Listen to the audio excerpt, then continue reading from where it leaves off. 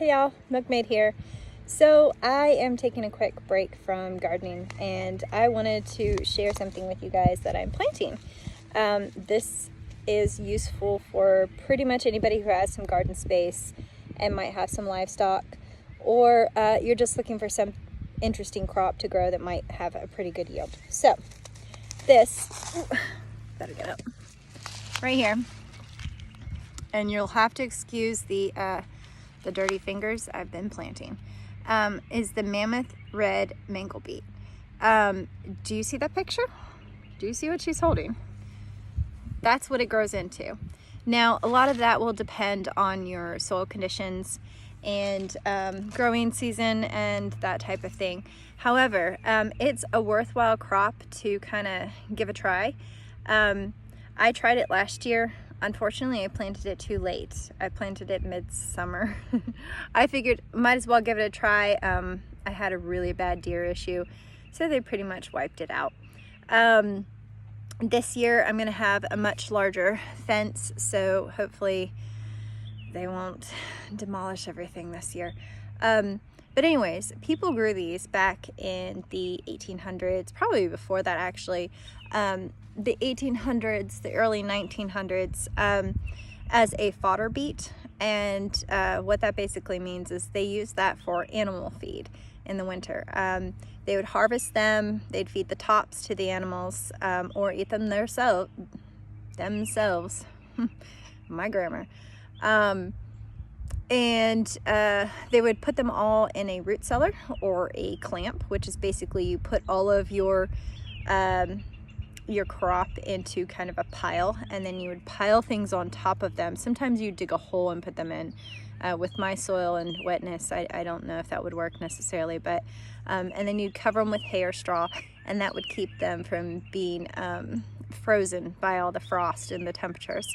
And then traditionally they would feed them after Christmas because you had, you know, extra stuff from the garden harvest, that kind of thing that you could feed your animals. But this would just basically provide an extra punch of nutrition or animal feed for your animals. Often they would take them and they would put them in something called a root chopper, which I am looking for. It's an old school tool that would have a hopper and a hand crank that would grind the roots into little chunks that the animals could then eat much easier. The cool thing about this crop though is you could also eat it yourself. I'm not sure the palatability of it. I have not eaten them myself, but I am guessing that you could take this crop and either shred it and dehydrate it and then reconstitute it in soups, or just have something. It's just some calories there. And I mean, you saw the size of that root. It's pretty impressive. Again, that's probably like their prize one that they took a picture of for their seed packet. Where you can get these. These seeds came from Baker Creek. This was their bulk packet. This is from last year. I didn't plant them all. Last I checked, they were sold out, but they're always refilling. I want to say Sustainable Seeds also had it, and there's a small company in Ohio. I can't remember the name of it. If I remember the name or can find it, I'll put it in the description below. They're a small company. I don't think they do online orders. It's phone in or mail in only. Oh, you see my feeder pigs? They're such punks, I tell you what. But they will take bulk orders for like pounds of the seeds. It's probably not a bad thing to have in your seed arsenal, so to speak, especially if you plan on having any kind of livestock, because one of the most important things, one of the things that I am focusing on, outside of just being able to grow enough food for us and that kind of thing, is to be able to sustain my livestock over the winter without having to go to a store and things like that. To me, I need it to be more cyclic. If we can rely on our land and not have to rely on the feed store, I feel like that is a bigger step towards like self-sustaining lifestyle. I'm not sure we are even close to being there yet, but that's a goal. In the meantime, we've got, you know, the stockpile of whatever we need. Also, I wanted you to meet my girl. She's working extremely hard right now, as you can tell. This is Gita. She's a livestock guardian dog. Does she look like she's working hard to you? Gita, come here. Hey. Earlier she was mad at me and she left. Look at her though. Isn't she a pretty girl? Gita. Come on. Say hi. Yeah?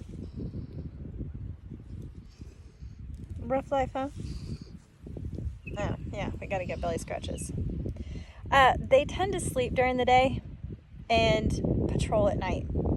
So she'll go around all night long, and sometimes it's annoying, but she'll bark at anything, which I'm hoping will keep the deer away this year, because man, they demolished my garden.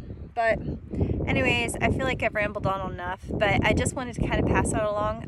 Not a lot of people that I talked to have heard of Mangelwurzers, Mangle beets. Did I say it was Mangelwurzer? Mangelwurzel? Yeah, it's a German word. That's what they were originally called. So if you're looking at it, it's Mangle is M-A-G-E-L, and then Wurzel was W-U-R-Z-E-L, I think.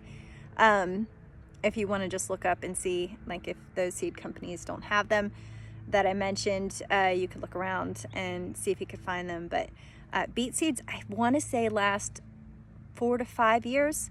So if you pick them up and keep them in a cool, dry, dark place, they should last for quite a while. And honestly, I've had seeds last for over 10 years and germinate just fine. Maybe a couple didn't germinate, but it's definitely something to have. And with that said, I have rambled on enough and I need to get back to work. So I'll talk to you guys later. Bye.